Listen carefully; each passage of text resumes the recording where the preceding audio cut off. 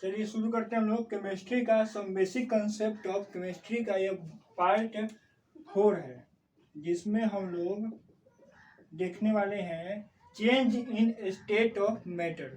पदार्थ की अवस्था में परिवर्तन कैसे होता है इसको समझते हैं हम लोग।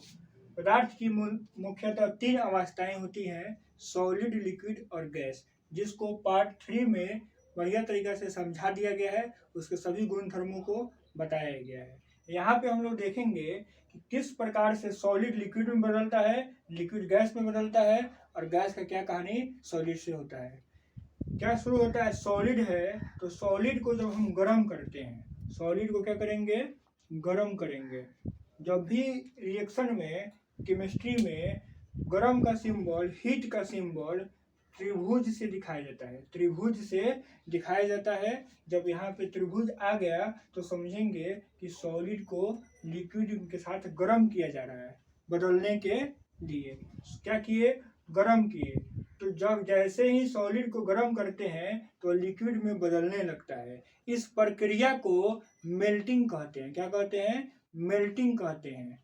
अब क्या है कि जब लिक्विड में बदल गया तो इसको और गर्म करेंगे। और गर्म करने का मतलब 2 त्रिभुज बना दीजिए, ज़्यादा गर्म करना है। जब इसको ज़्यादा गर्म करेंगे तो वो गैस में बदल जाता है। द्रव्य लिक्विड को गर्म करने पे वो गैस में बदल जाता है।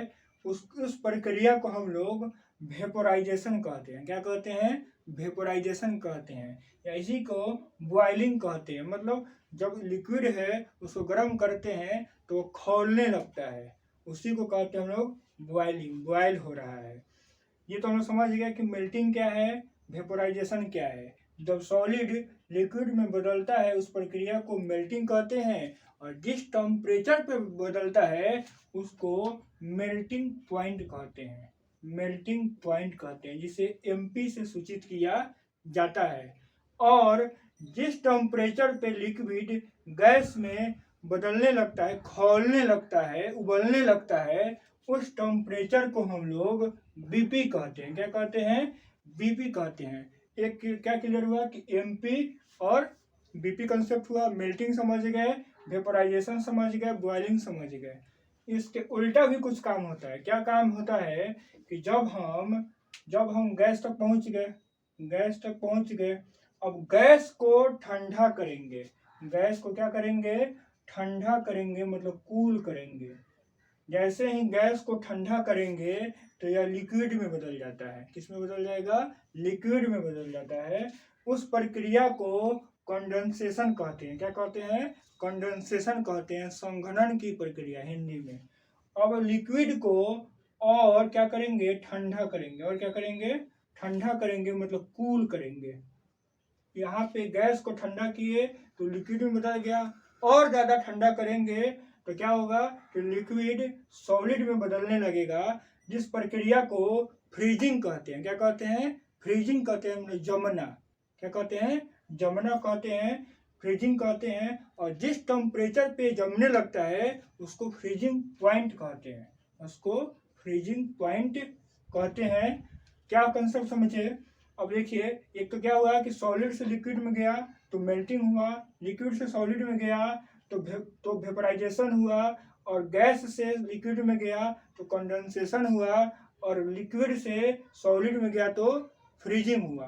अब हम लोग क्या देखेंगे, जब सॉलिड से डायरेक्ट गैस में बदलता है तो उस क्रिया को सब्लिमेशन कहते हैं, ऊर्ध्वापातन कहते हैं। जब कोई पदार्थ डायरेक्ट सॉलिड अवस्था से गैसीय अवस्था में बदलता है उस प्रक्रिया को सब्लिमेशन कहते हैं, सब्लिमेशन कहते हैं।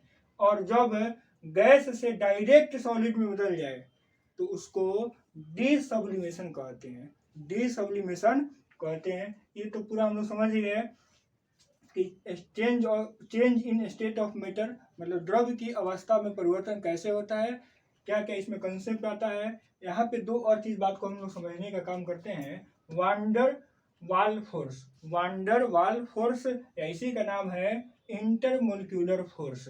ये क्या है कि सॉलिड लिक्विड गैस में एक कण है, सॉलिड में ज़्यादा कण डेंस होंगे, घनत्व में होंगे, और लिक्विड में थोड़ा सा ज़्यादा फ्री होंगे, और गैस में और ज़्यादा फ्री होंगे, ज़्यादा दूरी पे होंगे।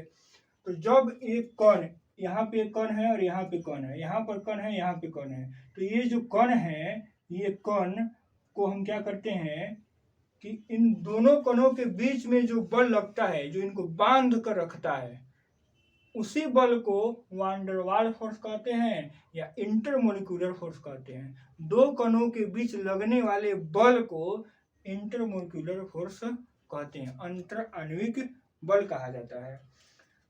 और ये दोनों कण यहाँ पे किसी अवस्था में दोनों कणों के बीच की दूरी को इंटरमोलिकुलर डिस्टेंस कहते हैं, इंटरमोलिकुलर डिस्टेंस कहते हैं।